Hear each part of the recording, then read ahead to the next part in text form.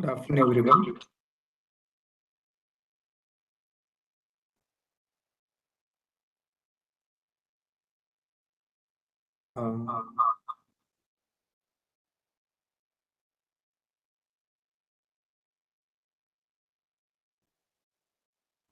So in the last class, there was a small the audio issue, and if you have got any such issue again, you can just immediately get back to me.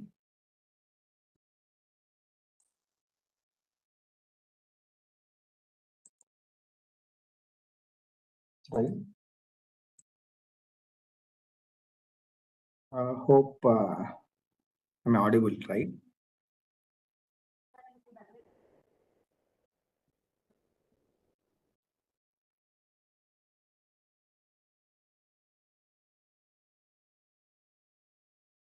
Am I audible? Can you just the reply on the chat?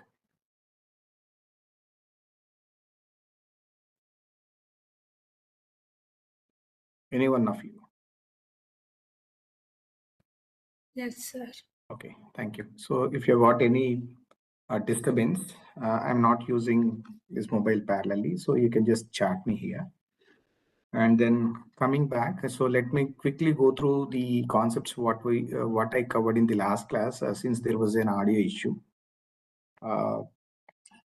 Coming to the visual data visualization using Matplotlib, as I told you, it's very simple for a data analyst to use the plottings using Matplotlib because of its rich functions and then other features, right? Yeah, is my the code screen visible? Yes, sir.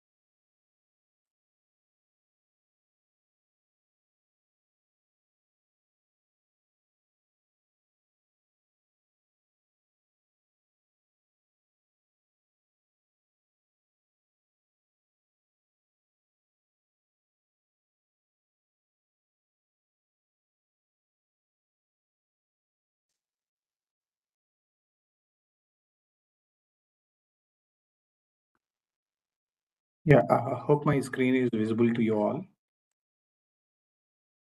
right?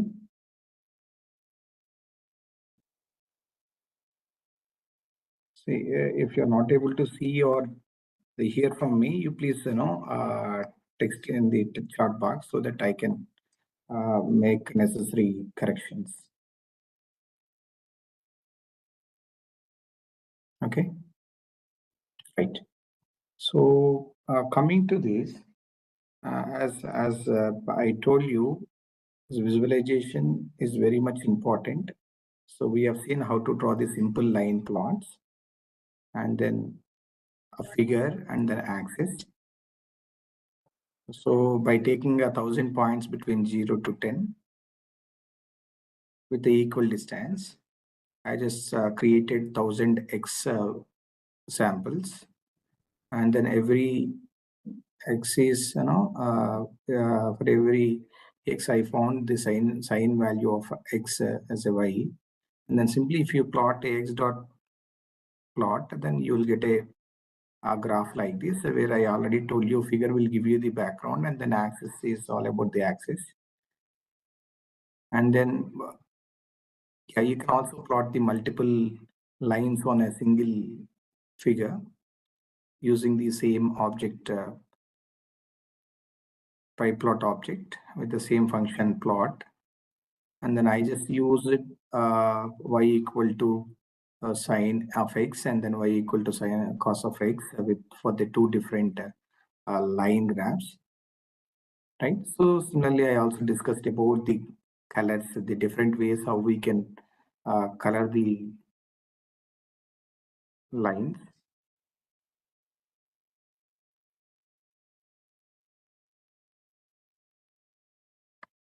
Okay, so this is how the basic plotting is done using a plot, and then we have seen the uh, simple scatter plot using another function called scatter. Of course, you all know you have to import the necessary library module and then functions. And our basic style of any plotting is classic, but I have used here a Seaborn white grid. Now, similar to that, earlier I just used only plotting, no? So I can also mention the markers. I mean to say what symbol you wanted to use to represent every sample. So that is a circle I've used. O is usually used to represent the circle, and then a parameter color can be used, and then its value is a black. Right. So these are the things which I have already covered. So we also discussed about the legend. So where legend will give you the graphic notations like what are the markers, okay, what are the labels, and then and about the particular plotting. So visualization features will be uh, represented as a legend. Okay, right. Now using different markers and all. Now let us see the simple scatter.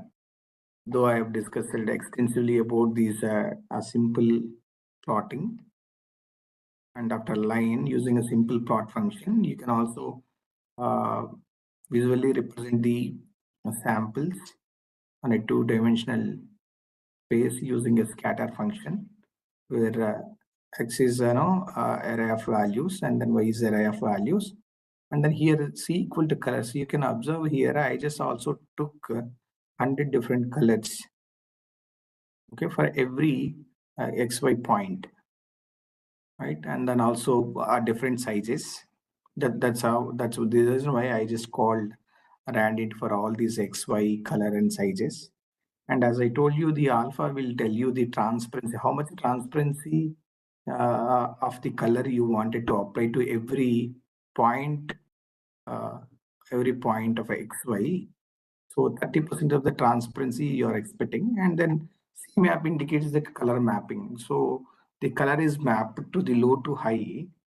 Okay, heading from, you can see the violet to the yellow is the highest then you also wanted to see how the values are mapped. So you can use a function called as a color bar. So which displays the bar at the right of the figure. So ranging from 0 to 1. Okay. So it automatically maps the colors to values. Right now, as I took in the last class, the real-time example. So I just wanted to analyze the flowers. Okay.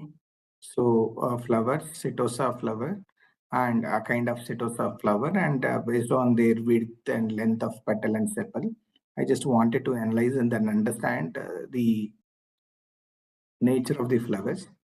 Then in my data set, I have 5 different columns, as I told you. The first one is the sepal length, and second sepal width, petal length, petal width, and then the name of the species. Right from the iris dataset, you can get this iris dataset directly from net, or it is already available in the scikit-learn datasets module. You can simply import it using import load iris dataset. Okay, it creates a data, and then if you wanted to know the features, and then you can simply know the features by using iris.data, and where T indicates the transpose of the values, where it converts the values into rows into columns, and then columns into rows, isn't it? So now I can see like this, we can visualize using a simple scatter. So the nature of the flowers even looks like this based upon its size. Okay, I mean to say it's a length and then width, right? Both sepal and petal. Okay, I'm just quickly going through it because we have extensively discussed about it, right? And visualization errors. So as I told you earlier, and then when you got any error, if you wanted to display, the error is usually the from a standard deviation to your sample y value, right? You all know the y is the actual output for every x. Then if your y is deviated from the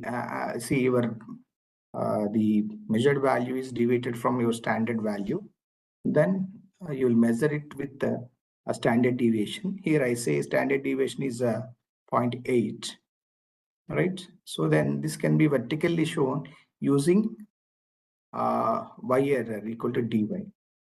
So this line, okay, this is a bar, vertical bar. If you wanted to use it, x error equal to dy, you can give it, and it displays the horizontally. I already told you in the format dot indicates a symbol.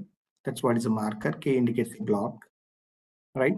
And you can also adorn them by using different features, right? You can change the colors of error bar by adding so many parameters, attributes. That's what is. You can also externally mention its color. Okay, it's the emitting color like light light gray. Okay, emitting line width also the 3 pixels, and then size. So the capsize is the top, on top of your lines, how much you want it. Isn't it? Now, so coming to the density and contour plots, as I told you, contour is the region of your figure, right? What I did is this yesterday we have discussed it, this to know how we can visualize the data on a 2-dimension, but brings a 3-dimensional look. Okay, without using much 3-dimensional the functions, we can also convert our visualization into a 3-dimensional step by step. That's what is all about the visualizing a 3-dimensional function. So there is no specific function, but you can use it with your step by step features visualization. So here what I use is I took 50 values so for my x, and then 40 values for my y, and ranging from 0 to 5, the equal distances, and then mesh grid will create, it converts your xy into a 2-dimensional. Okay, so your f of x comma y is a function that converts this into a 3-dimension, where this function you can observe. The function which I have written is, you are just returning based on some formula. Okay, sine of x power 10 plus cos of 10 plus y into x into cos of x is actually the value returns for the f of x, and which is a z value. Now what I do is, I just wanted to display this in a plotting. So for that I use a contour function. Contour function gives us the 3-dimensional look, but it's not looks like exactly 3-dimensional. Let us bring a 3-dimensional look by adding more features to it. Now here you can see, I just wanted to map the color. So earlier also we have seen the mapping the color to the corresponding values on the graph, right? Red and gray, right? Red and gray let us add to the 20 equal spaced intervals within the data ranges, right? When I use an additional parameter CMap, then these values are colored, okay, and mapped. So still it's not exactly looks like a 3D. And then what you can do is, you can also just add few more features to it. So one is a bar I just added, right? If I add bar, then it will tells me the value range from 0 to 1. So 0 indicates the thick red, and then 1 indicates a black. So where the data is highly densified or the concentrated, isn't it? Okay. So as we have discussed it, and 3 different functions, as I told you, contour, I'm sure, right? Okay. So the contour AMSHO function will help you, all right? So mesh grid. So this the function will help you to convert your 1-dimensional data into a 3-dimensional plotting, isn't it? So what I use is, I just use image show function, where it takes the 3-dimensional data Z. Now Z is what? Z is the plot which we have done with x and y values with the function Z equal to f of x comma y, and with an extent of 0 comma 5, 0 comma 5. So this extensor means what? X limit and y limits. So x limit from bottom value is 0 to 5. And then in y axis also 0 to 5, the origin is lowest, it starts from the lower. So then when I use this aspect equal to image, then so with an I am sure now it looks like somewhat a 3D, but still it is divided. All right. So then what we can do is, we can also use a few more attributes in a image show function, where I wanted to have some transparency between the regions, right? So then I used alpha 0.5 is the 50% transparency is applied.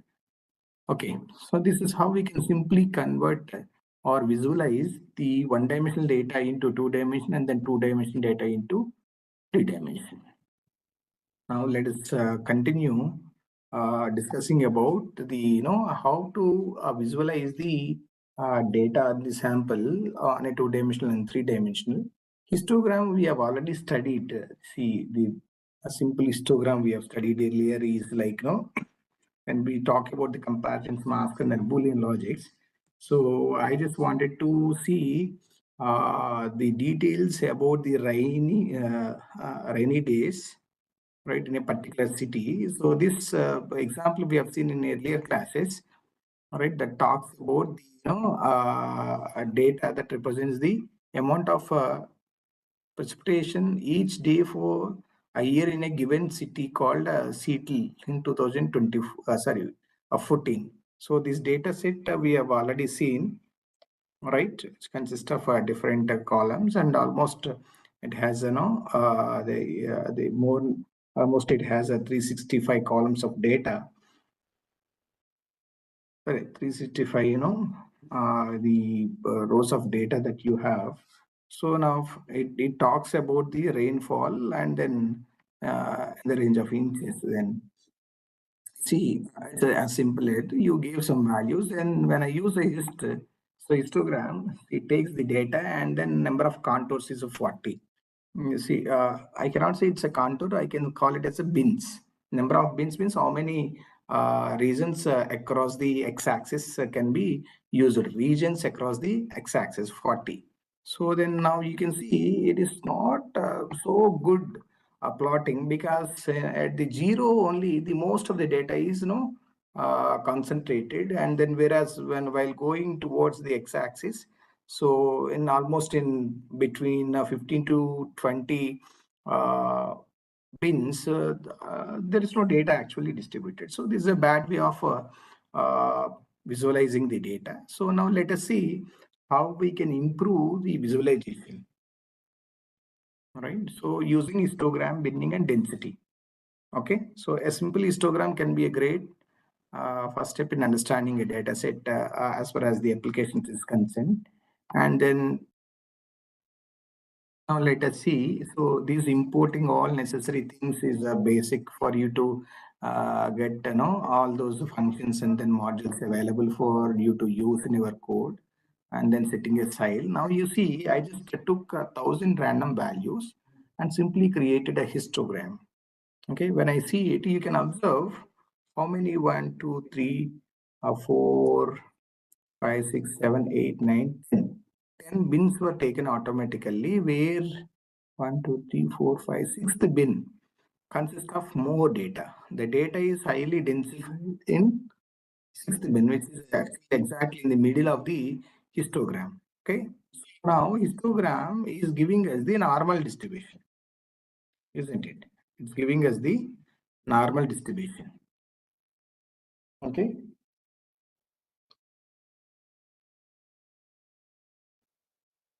Now, so this is not sufficient, right? Let us see how we can add more features to this display by customizing the histogram function. So you can see the histogram has so many uh, attributes that represents the different color features, and then visualization features, and data indicates what the data samples which I took. Then bin it my extraction into bins, right? And so whether you wanted to distribute these values into a normalized way or not, it's a true normal form is the true says it is distributed in a normalized way. And then alpha 0.5, if I give what happened, it's a 50% transparency. Earlier you can see the color is full blue, right? This color is full blue. Now I make it a 50% transparent, then it comes almost a lighter blue, that is sky blue, right? So hist type I mentioned, it is step field. So now you can see the every histogram is actually looks like a step, right? So that is what is called as a step field. And then color cetyl blue. So any of this is the color cetyl blue. Edge color also you can change, but I have not given any edge. By default it is a black, right? The default color is always a blue, default edge is always a black. You can just go and see the previous diagram here. But if you want to customize them, you can customize using attribute called color attribute to change the color of the your plotting, and the corresponding edge colors also you can change, right? Now let us see, let us take the multiple data sets, I mean data, multiple data, and then compare the different, okay, and see how we can visualize together in a single graph. Now you can see. So what I use is, we have got the wonderful feature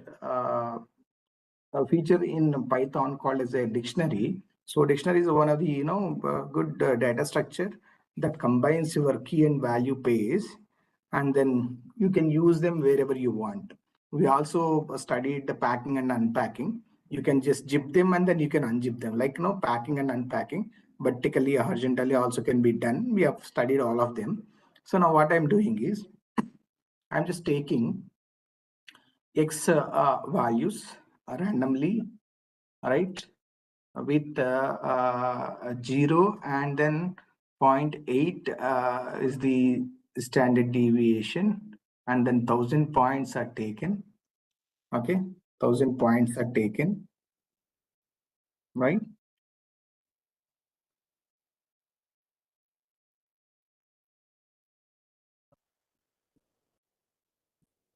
Yeah, let us see this. No, this is very important for everybody to understand, because so based upon these basics only, you will be using all these for your the application. So what I did is I just took the line generates 1000 random numbers, the first line. So these are normally distributed with a mean of 0. So first one is a mean of 0, and then second one is the standard deviation 0.8, and then I'm taking 1000 uh, samples, so 1000 numbers in a variable x. All right, so what it does, the values are normally distributed, right, with a standard deviation of 0.8 and with a mean of 0. Right, now second, I take the 1000 numbers randomly generated and which are normally distributed with a mean of -2 and the standard deviation of 1.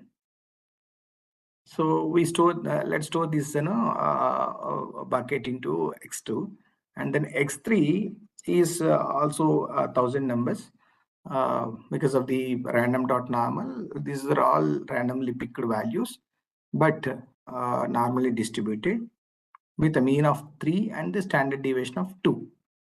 Right, now we have got three different random distributed variables x1, x2, x3. Now let us see this code plotting. So what it helps us. So before I do, so what I wanted to do is I wanted to use the similar visualize features to all the histograms. So for that, what I did is I just used a line of code called uh, keyword arguments dictionary variable. So what I'm doing is I'm just making a dictionary with a key value pairs for the different attributes of my histogram function, because directly you can pass all of these. No, you need not to take like this and then later pass into histogram. Okay, but it's a common practice for the programmers to write lesser code and then reusability, right? So what I did is I just created a dictionary called kwargs, which consists of the hist type is a step field and alpha is a 30% transparency. Normalization is true with the bins for each histogram is 40. So these are the common attributes for all the x1, x2, x3 histogram. So that's what I have just taken this line. And then by looking ahead, so you can see the first one. I am just plotting a histogram on the values x1. So the dictionary. So kwarg, what it does, it just unpacks, okay, unpacks this dictionary, right, and brings all the above defined uh, the style, color, normalized or not, how many pins, all them into this function. So now you have got all of them here. It just unpacks, isn't it? So otherwise you can write the entire thing here also. That fourth line you can write no, in place of it, but it's a time waste. So for that reason, I just created a dictionary and then called it here by unpacking. Star indicates what? Unpacking, isn't it? So now the first histogram on x1, x2, x3.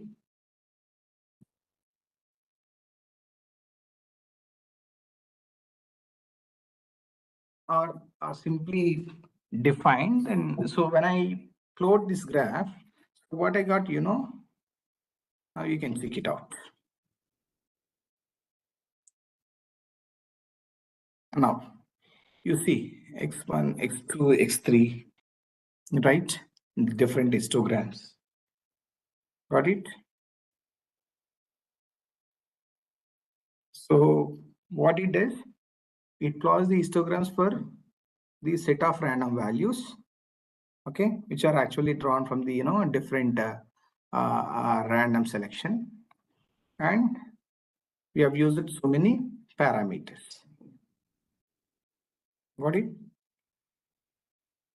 Now, this is not sufficient. When I move ahead, sometimes I don't want to see the graph. I just wanted to know how the values are distributed. And what you can use is, for this hist, there is a full function called np.histogram, where hist is a plt.hist, whereas in NumPy, you have a function called histogram that deals with only data, not visualization. So what you can do is np.histogram, data is a data. I took XYZ, no? Now you can, initially I took a data, right? A first figure. So now here what I'm doing is I'm taking that data where these the 1,000 samples are taken, right? So like X1, X2, X3, I also have a data array, single dimensional array.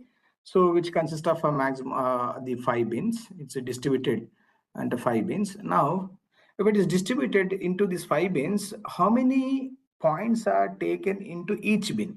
Now you can observe here. So it is unpacked into 2 and then so many other parameters. So one is a variable counts, the other one is a bin edges I have taken. So if I see the counts, then how many I got? Into first bin I have got a 12. Second bin I got 190. Third bin I got 468. So a fifth bin is a 301. Together it's 1,000, right? Okay, now you got how normal distribution is actually distributing the values into a bins. So you have got a function in NumPy to see only numeric values, not the visualization. So which is the alternate for our hist function for the visualization, and then histogram to see the values. Right, this one I am talking about. If you wanted to know how many values are there, you can see using a simple histogram. Now let us see two-dimensional histogram and then binning. See, in two-dimensional binning, in one-dimensional I have only one mean and then one standard deviation, right? But where in two-dimensional, what you'll have? You will have two dimensions, right? Two means and then two standard deviations. So for that, when you have a two standard deviation, we call it as covariance, right? Okay, covariance matrix. So for that, what we do is, so we take two-dimensional by dividing points among two-dimensional bins and also break them, right? We will also see for corresponding x and y, and we will create a two-dimensional. So for that, there is a function called Gaussian distribution function. Okay, so since it's not a single variable, we are taking multiple variables, right? Multiple variables and multiple means, and then multiple standard deviations for the to know the corresponding covariance values. Then what we do is, so let us take a multivariate Gaussian distribution instead of a normal distribution. So since it's not a single value, isn't it? All right. So what it does, I can see what it does. This creates how many samples I gave here? 10,000, right? So by taking 10,000 samples, it creates a bivariate normal distribution. All right, that's what is Gaussian distribution with a mean 0, 0 and covariance 1, 1, 1, 2, right? And then finally it is assigned to two different matrix X and Y. Ready? See, basically the mean you'll understand, mean of bivariate normal distribution with a list of two elements as it is discussed along with the x-axis and y-axis. But whereas covariance, it indicates what? The covariance matrix of the bivariate normal distribution, right? Obviously, usually it is 2 by 2 matrix. Okay, everyone is indicating its ith and jth element in the 2 by 2 matrix. You can just take a 2 by 2 matrix and then 1, 1, 1, 2 R actually bivariate normally distributed values, right? In the first, second, and third, and fourth positions. See, you can see I also used a T at the end. What does it mean? These 1,000 samples from a bivariate normal distribution with a specified mean and covariance matrix will have a two separate arrays. That's what X and Y. And at the end, it transposes the results so that the X and Y are one-dimensional arrays. Finally, we got what? X and Y are one-dimensional arrays, right? So then how it helps us for going for the two-dimensional? These 10,000 samples are actually specified from a bivariate normal distribution, right? Each sample consists of a pair of values representing a point on a two-dimensional space, isn't it? Now, moving ahead, you can just see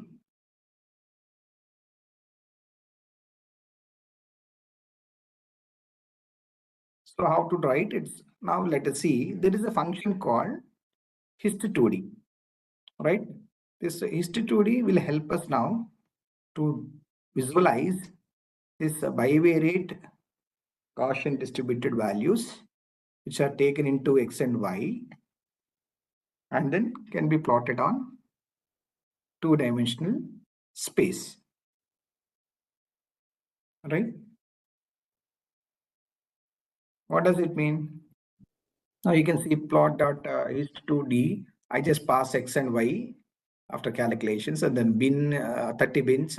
C map is blues. Okay, it maps all the values into the color blue in a different density, right? And transparency. Okay, so it looks like you see this diagram. This looks like a heat map, right? Somewhere it's concentrated, somewhere it is less concentrated. Okay, so where the samples are X and Y taken from the bivariate normal distribution, isn't it? So if you see the first line of the code, the plt.hist2d and the xy bins is 30, cmap equal to blue, right? You'll get the 30 bins. So it's easy to understand. Color bar, what it is? It adds the color at the right side of the figure with a bar ranging from 0 to 1, isn't it? But it's not 0 to 1 here, it is, right? Why? It's a two-dimensional and then you have so many colors, isn't it? It's a visual representation of the mapping between colors in the heat map. Why it is not 0 to 1? It is corresponding to the counts in the bin.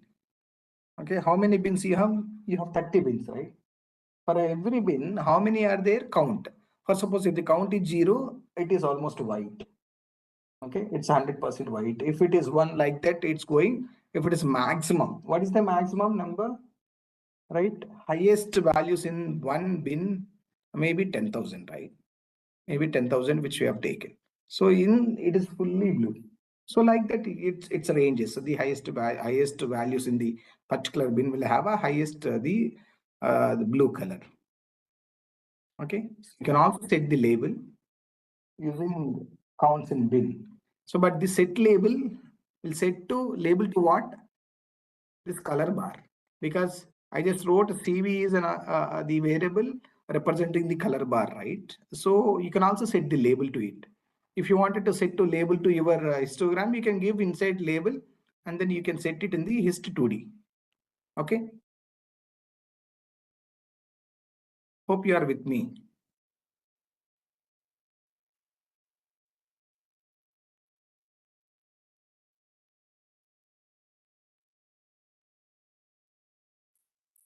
Okay. Now let us see. So this is not sufficient. You have a huge number of features while you are drawing the plots using Matplotlib. The two-dimensional histogram creates a tessellation of a squares across the axis, another natural space for shape for such resolution is the regular hexagon. I mean to say every data point or every, the data point I wanted to represent like a hexagon. Earlier you can see you have not, so it's like a square. By default, it's a square. Now you can see everything looks like a square, right? But I also wanted to use a different, visualization called hexagon. Then you have a function called hexagon bin. Every bin I wanted to see, it's not a normal distribution. It's a bivariate Gaussian distribution, right? So for that, I wanted to see every bin is a one hexagon. Okay, so for that you have a function called x bin. X and y are the two variables, and then grid size is 30. Okay, and then CMap is blue. You can take any color for that matter. That is up to you. Then label for this, color bin is, I put as a count in bin, because these are the counts. Unlike, histogram, we take 0 to 1. Here, this all represents what? The bin values. Okay, which bin will get which color based upon the number of points or the samples in that particular bin. Okay, it's as simple as that. Now let us see the other way of distribution. It's a little bit the important and then application oriented. So what we do is, after this, you can see this code is all about, see, look at here, kernel density estimation. All right. And then how we can use this kernel density estimation to visualize the probability density function, right? So how we can visualize the probability density function of the variables which are given in the function, that such as you can see x and y. I gave x and y values. These x and y values are the bivariate the data. All right. Now, if you look at this, you have to import the corresponding function from the statistics module of a sci-fi, so where it will give you the Gaussian kernel density estimation function. Of course, it's a non-parametric function, right? And then what I did is using np.vstack x comma y, which creates a bivariate data set. X and y are the two like variables, bivariates. And then I have taken a data set, created a data set, isn't it?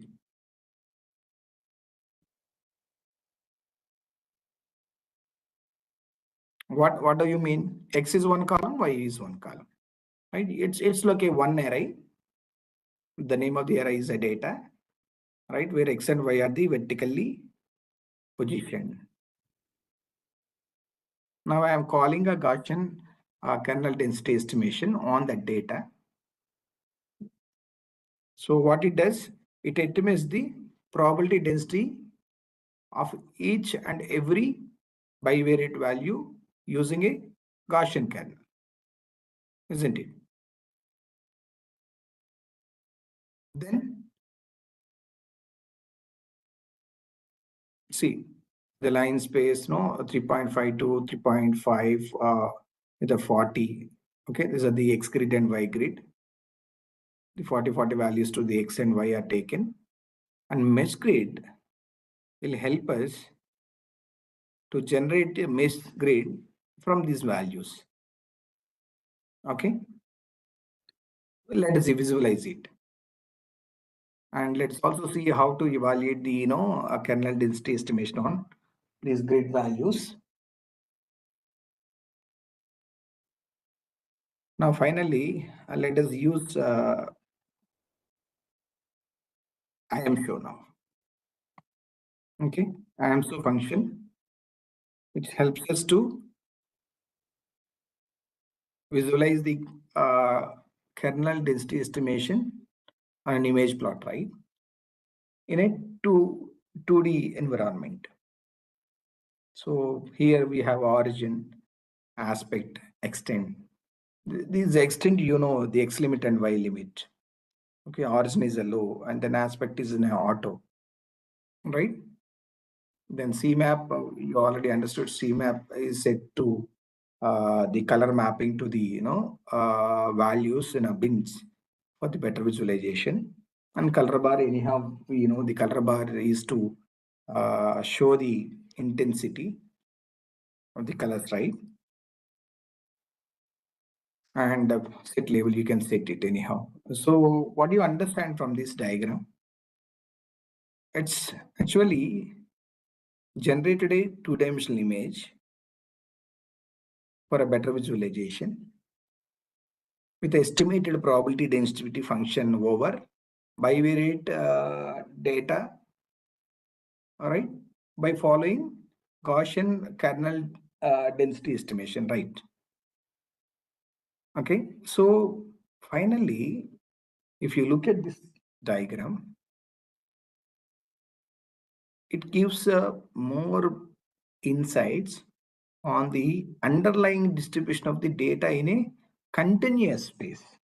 Earlier, it looks like a square, okay, and then hexagon, but you can see there is no break, right? There is no discrete line between bin to bin. We have got a complete continuous space. Got it? So you can add legends. That's up to you. Got it? Yeah.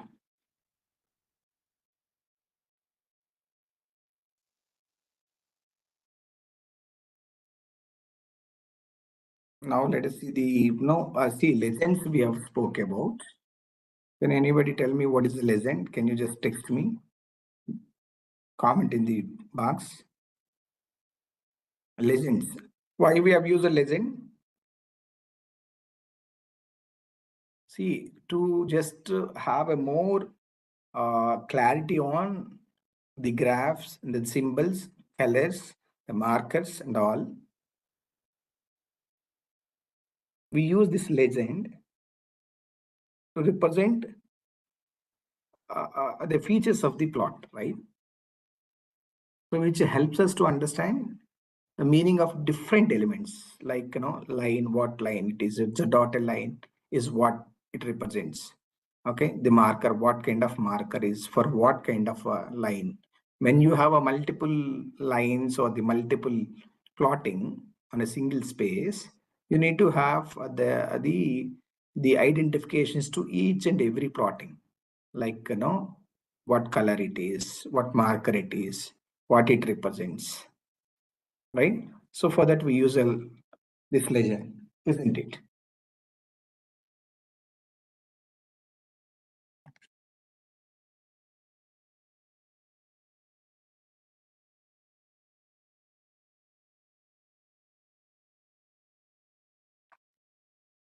See, customization means what? You can add more features to it.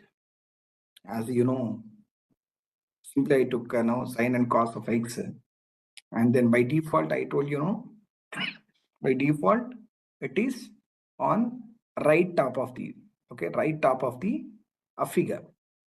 Now you can see sine is given as in a legend called now. You can see the small rectangle inside on the right top of the figure.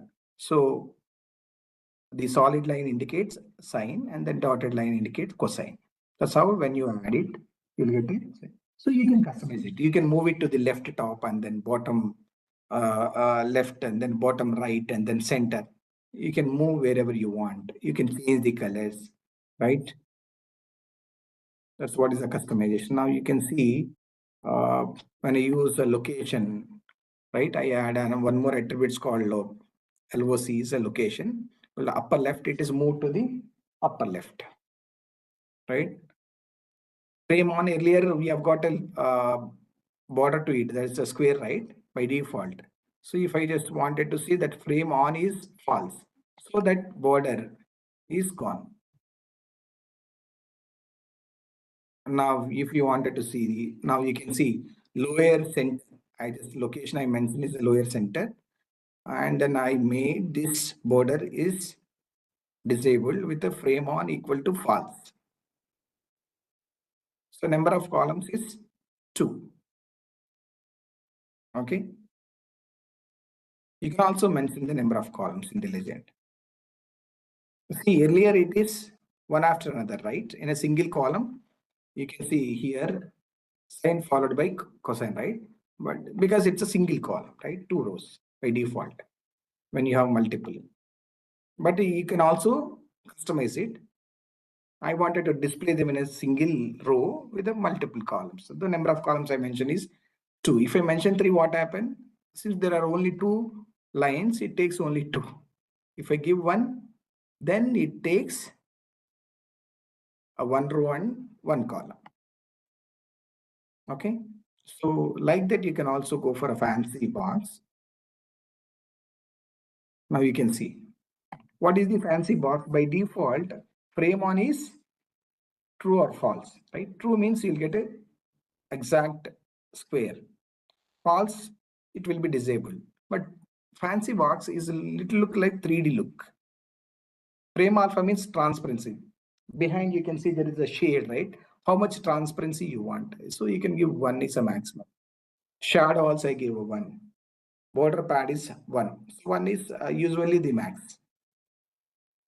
Okay, so choosing elements for the legend, you can also choose so many elements for this legend, right? How many you want, where you want it to display. Okay, and then first and second. Now you can see I have so many lines here. How many lines I have? 1, 2, 3, 4 lines. But I wanted to actually the name only few and then display it for clarity, right? You can also take them. So here you can observe I took one. I mean, here I just use what? Slicing 0 to 2. 2 is upper limit anyhow, 0, 1 is taken only. First 2 is taken. What is the first one? By default, first one is the blue, you all know. The second one is a green one.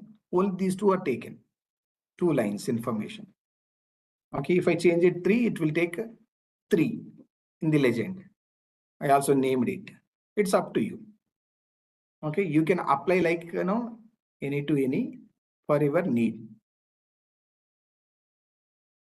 Now, you can also give the labels directly without using, the directly in the plotting, and then just show the legend at the end. So either you can use in the plotting or you can mention them in the legend.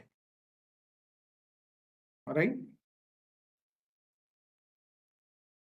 Size of points. You can see here. Earlier I told you, so we all understood how to draw this figure, but whereas I wanted to know which particular size indicates what, right? Which color indicates what? The color anyhow, color bar will give us the information about the color of a particular bin. So that's what is in the color bar. But the sizes, if I have different features, visual features, now I can also use them.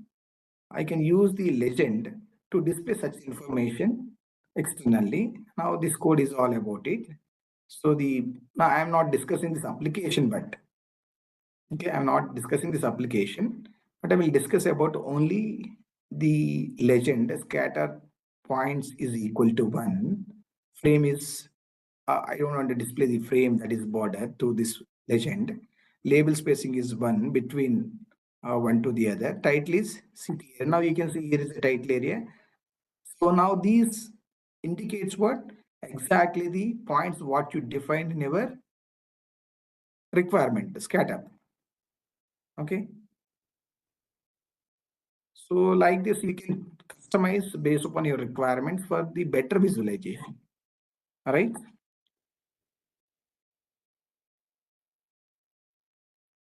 And then customizing the colors. I'll stop it here and we'll see this customization of the colors and then rest of the topics in the next class. Right.